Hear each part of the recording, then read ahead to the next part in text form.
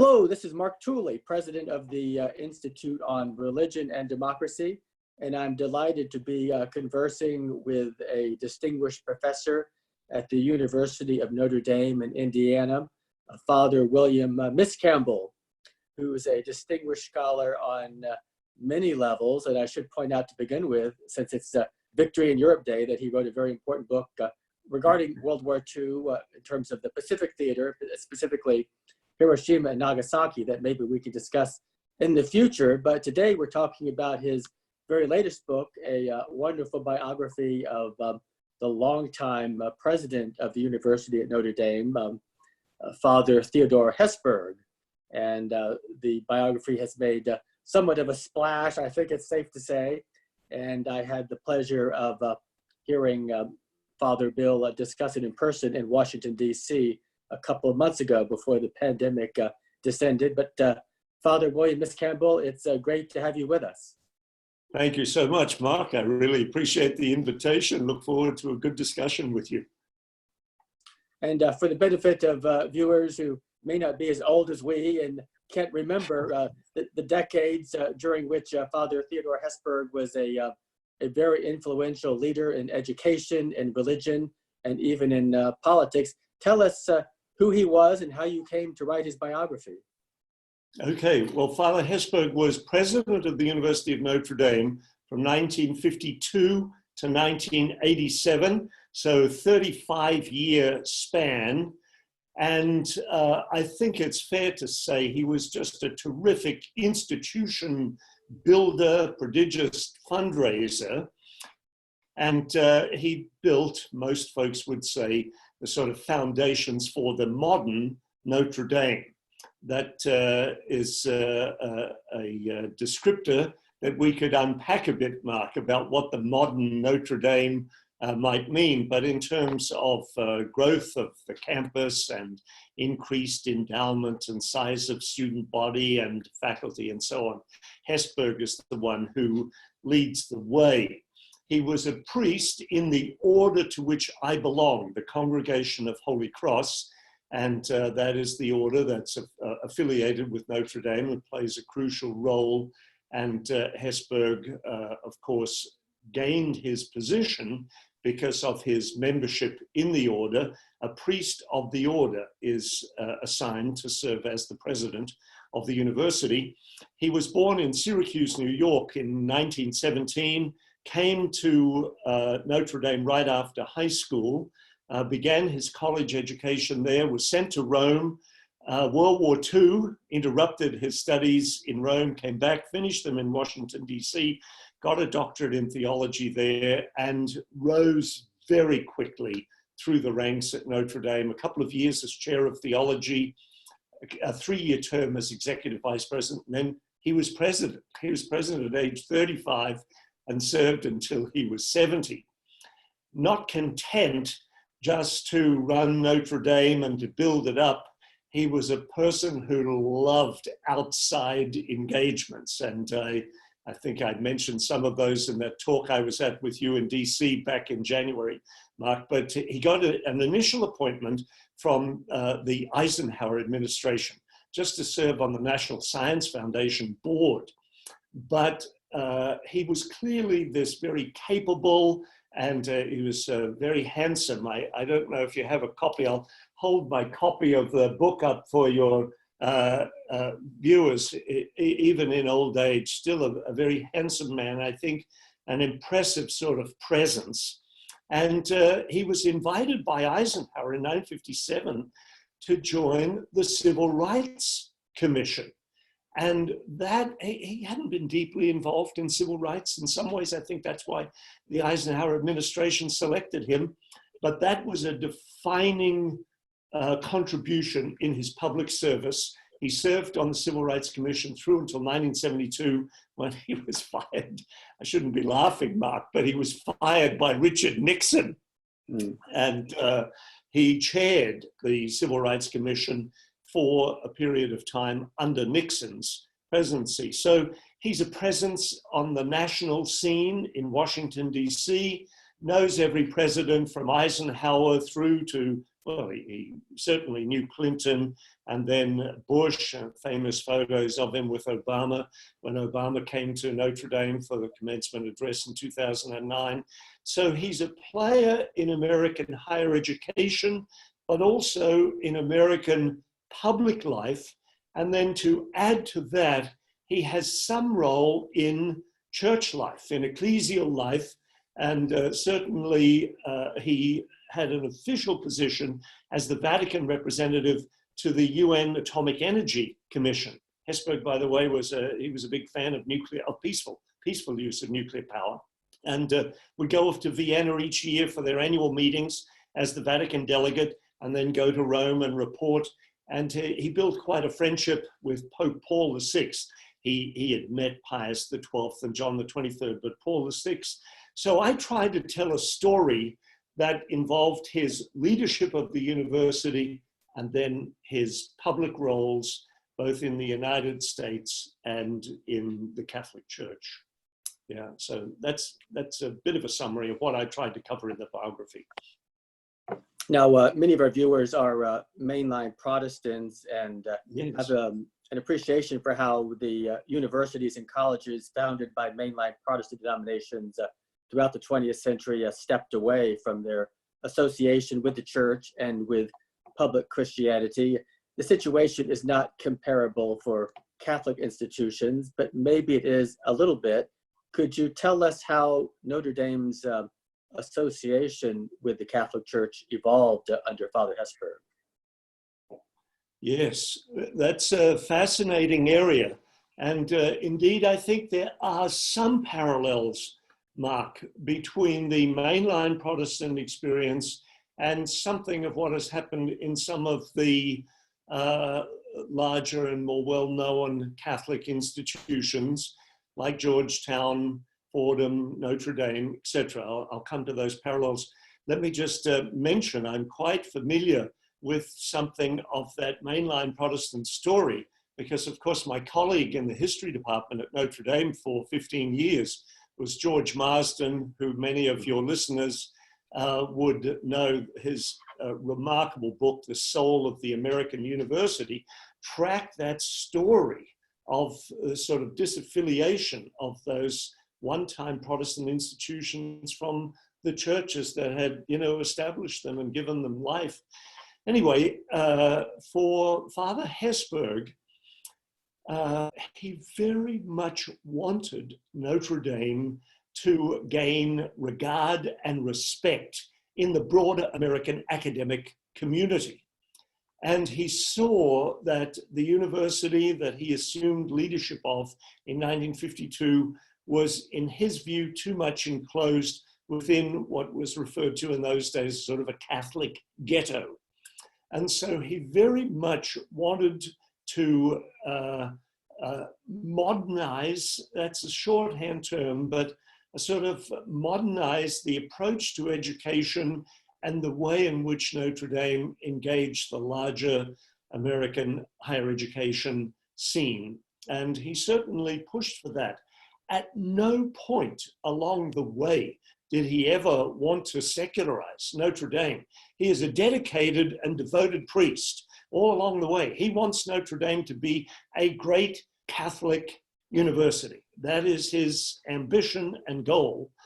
But of course, as he progressed along, and in particular once he moved from the 1950s into the 1960s, the pressures to conform and to make yourself sort of more acceptable in the larger higher education realm puts pressures on you.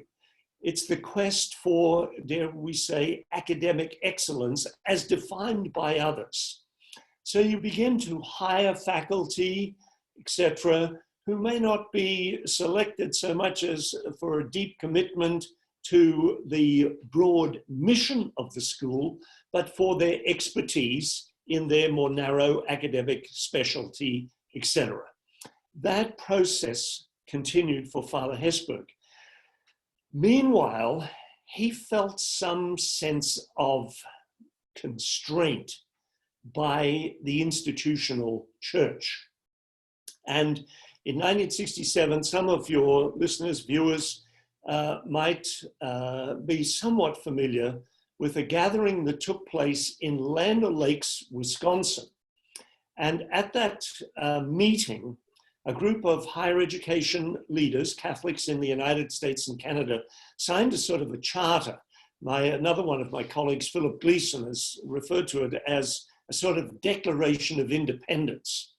They essentially said, look, we have to have full, free, and academic independence from any outside body. Now, Mark, they didn't mean full, free, and independence from the NCAA, which was regulating every aspect of athletics, or they didn't mean the North Central Accrediting Agency. They meant independence from the institutional church. So Father Ted was looking to, in some sense, reduce any kind of oversight. Some of that perhaps was necessary. It had a couple of brushes with religious superiors that he felt had interfered with his ability to run the university. But from that moment on, the emphasis was on academic freedom. But of course, here is where I think a place like Notre Dame has advantages that some of those mainline Protestant schools did not. There's still a presence of the religious order to which Hesburgh belonged at the university. There's a kind of ambience, a culture at Notre Dame that is distinctly Catholic. When some of your Protestant friends who visit the campus, they've said to me, I have good friends at different places, they come and visit for conferences and so on. They say, Bill, what's your problem? There's the church and there's a chapel in the residence halls and so on. Here's the distinction. My colleague in philosophy, Fred Freddoso, talks about Notre Dame increasingly being a public school in a Catholic neighborhood. So the neighborhood is the choirs and the grotto and the basilica and Mary on top the dome and all these other things that some folks might think, what is this place? But it's what goes on in the classroom. I say there are two fundamental questions. Who teaches and what is taught? And sadly, there's been a fraying of mission commitment in those areas. Mm. So that's why I say Notre Dame is not advanced to a point where it's, no longer proclaiming itself a Christian school, certainly not at anywhere near that stage. But there are challenges very much ahead. And Father Ted, in my view, I raised this as a significant question mark about his leadership of Notre Dame, was not always as attentive to what was going on within the school. He was so busy building the buildings and raising the money and increasing the profile. But in terms of the central academic project, he was not as attentive. So our curriculum, it doesn't have a distinctive enough Christian format, in my view. So I hope that makes some sense to your listeners, Mark, that there are parallels and yet differences. That Father Ted was very much an assimilationist. He wanted Notre Dame to be well regarded by the Harvards and Yales and Princetons. He wanted to travel in their company. And if you want to travel in their company, if you want to sort of be with Duke and Vanderbilt and Emory, those last three were more recently mainline Protestant schools.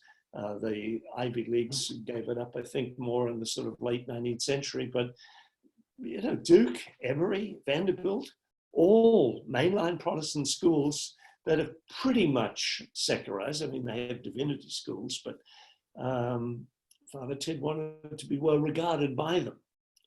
And when you seek the regard of folks, sometimes you begin to surrender some of your distinct identity and mission in order to win their regard. That's part of the challenge at Notre Dame.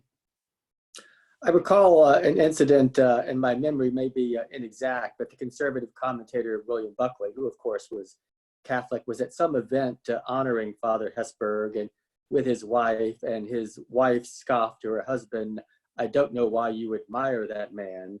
And Buckley responded, "Well, whatever his politics, he is a man of God." I assume Father Hesburgh in his politics was left of center. Is that true? And what was the response to that? Well, I would say he started as very much a person.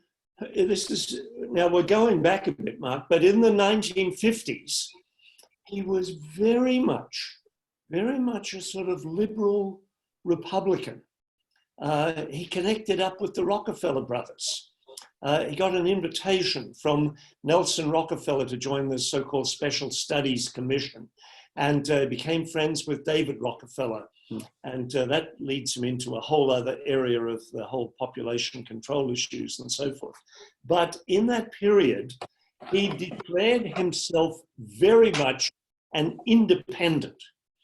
And when he was appointed to the Civil Rights Commission, he did not list himself by party. And he maintained all his life that he was a registered independent.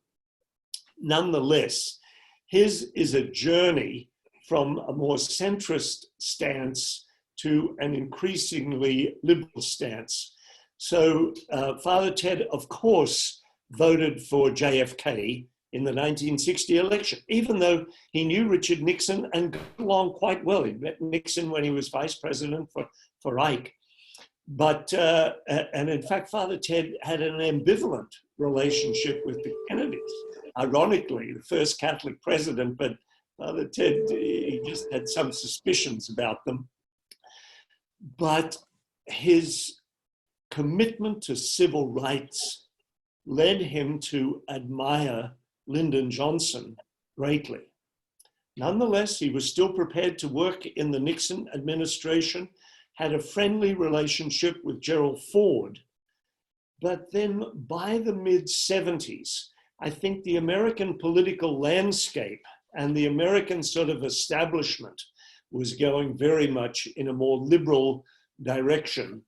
And in 1976, he builds, during the campaign, he builds a friendship with Jimmy Carter, and in fact advises Carter about how to deal with the life issues, advises him much more as a political advisor rather than a moral counselor.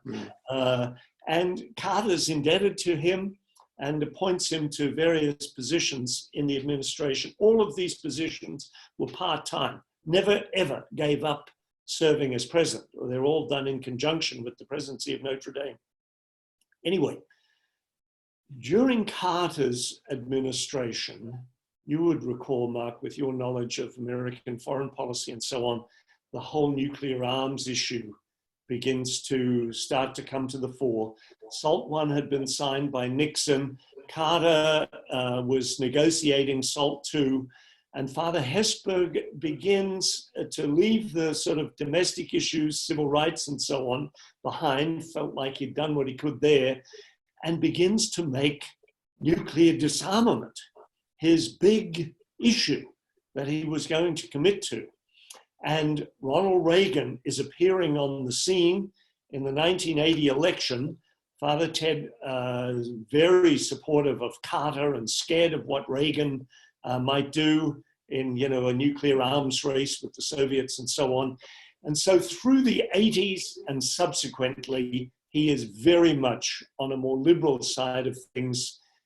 He's for nuclear disarmament and very critical of the Reagan administration. So it's never that he is party political in the sense of signing on as a Democrat, but increasingly most of his friends, Sergeant Shriver, and he admired Teddy Kennedy and worked with Teddy Kennedy on immigration reform. And of course, in the 1990s, he was no longer president of Notre Dame, but was sympathetic to the Clinton administration, and so on, and then into his later critic of the Bush administration's foreign policy, and the election of Obama brought him great satisfaction seeing an African American elected to the presidency. I see it as a sort of a journey that initially more of a centrist and then getting increasingly liberal as the decades wore on. You mentioned population control. How did he handle the pro-life issue across the decades? Yes.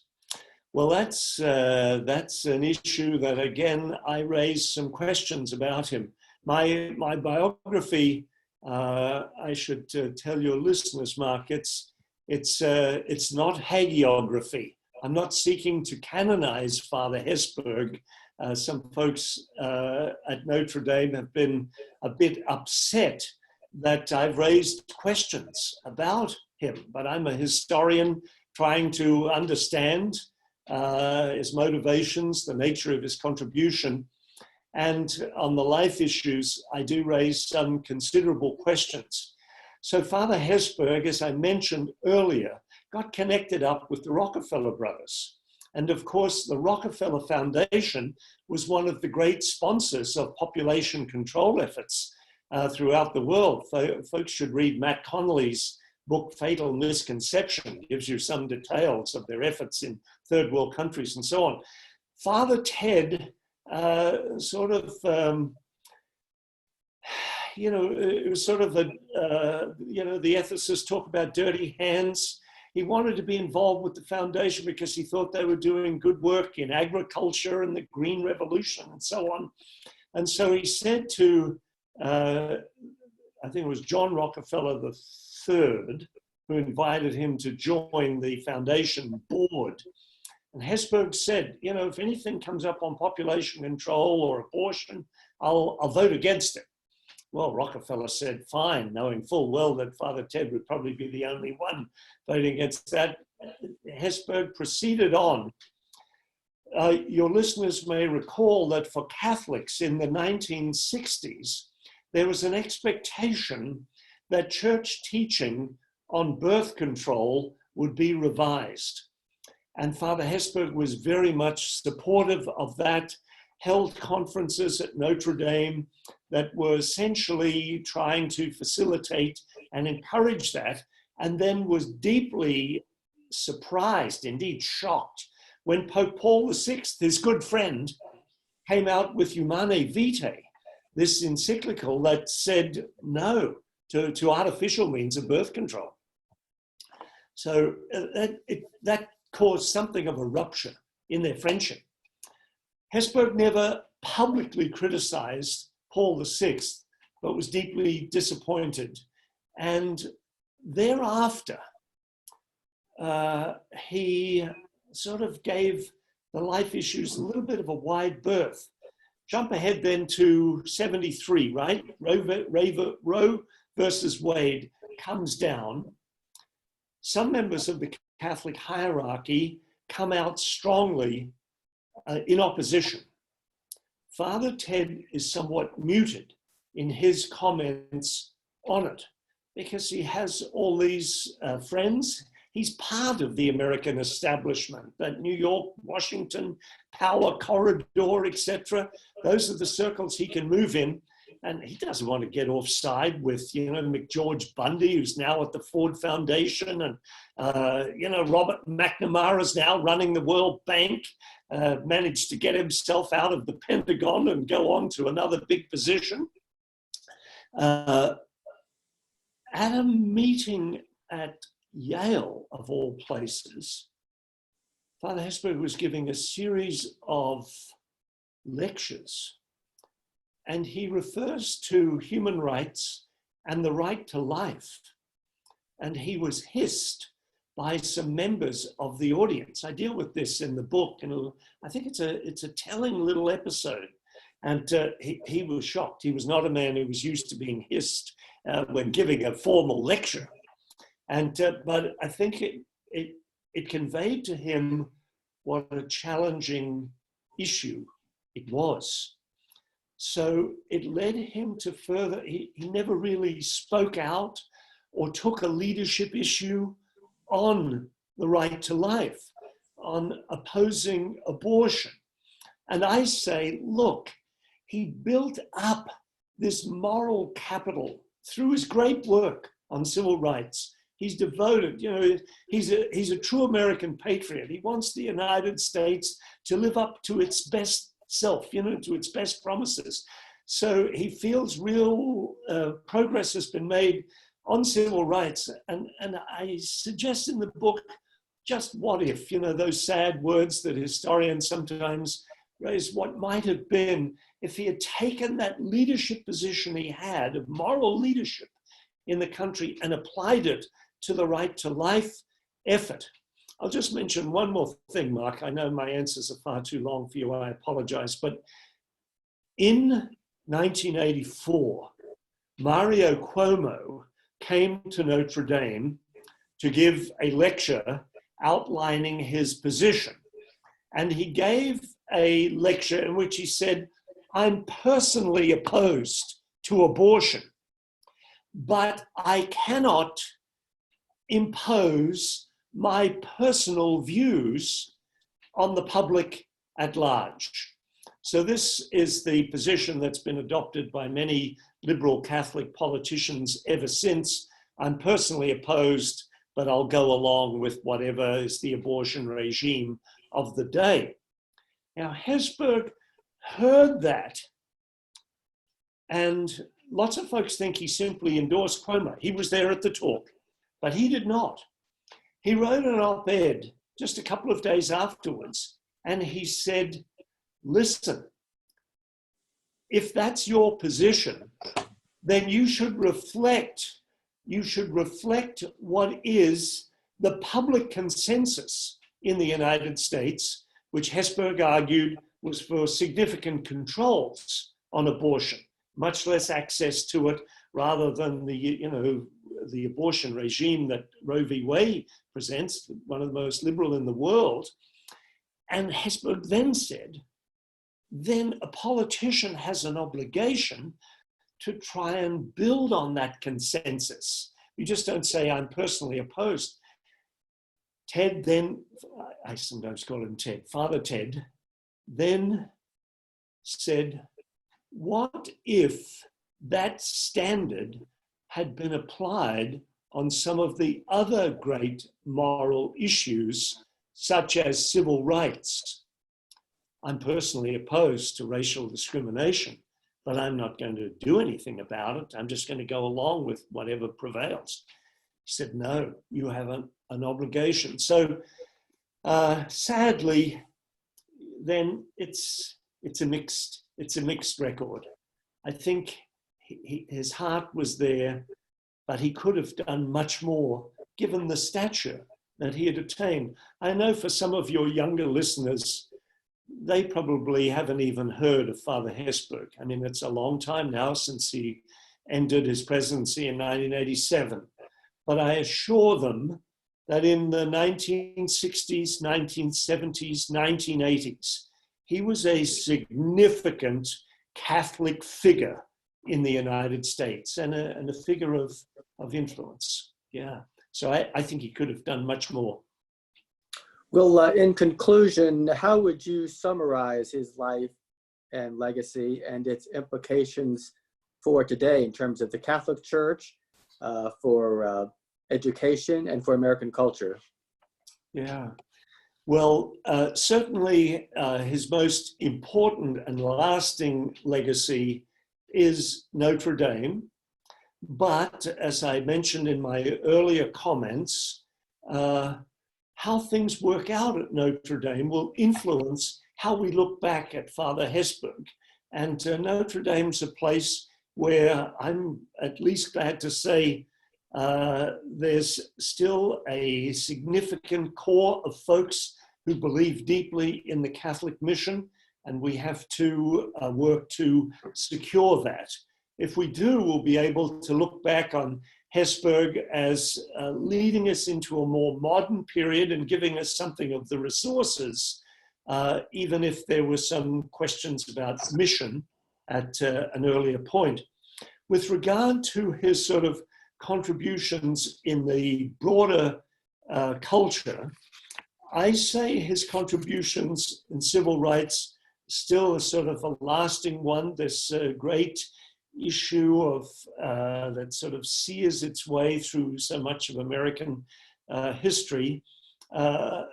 He gave evidence of how, if good people work together in a way of genuine cooperation, not seeking to, just score points of each other, they can work together to make real progress in that area. Some of his other public involvements, he was a fierce critic of the Reagan administration on nuclear arms. But of course, Reagan jumps over all those sort of early critics and begins his negotiations. I don't think there's as much to draw on from Father Hesburgh in that sort of realm of international affairs and so on. As for the culture, Hesburgh thought that religious folks have very important contributions to make as religious folks. They're not necessarily, I'm speaking to the converted here, of course, to yourself who are engaged in this work in a very important way. But he felt religion was not to be just kept, on Sundays inside the church confines, or even just within like an educational institution. Folks were to take their religious commitments and, as American citizens, take them out into the public square and to make their contributions. And I see that as an enduring contribution. One may disagree. I disagree with some of how he did it, but how he saw himself contributing to the country he loved so much and bringing this into the public square. So I want to thank you for the work you do. And in some ways, Hesburgh, some folks would say, like William F. Buckley probably would say, he was far too liberal in how he went about it. But he saw that religion mattered for the great issues of the day, and religious folks should contribute to trying to develop ways to address those issues. Yeah. Well, Father William Miscamble, thank you for a wonderful and fascinating conversation about your biography, about Father Theodore Hesburgh, with so many applications for today. And hopefully you'll be back in Washington, D.C. sometime soon when normalcy returns. I look forward to that, Mark. Take good care. God bless you. Thank you. Bye now.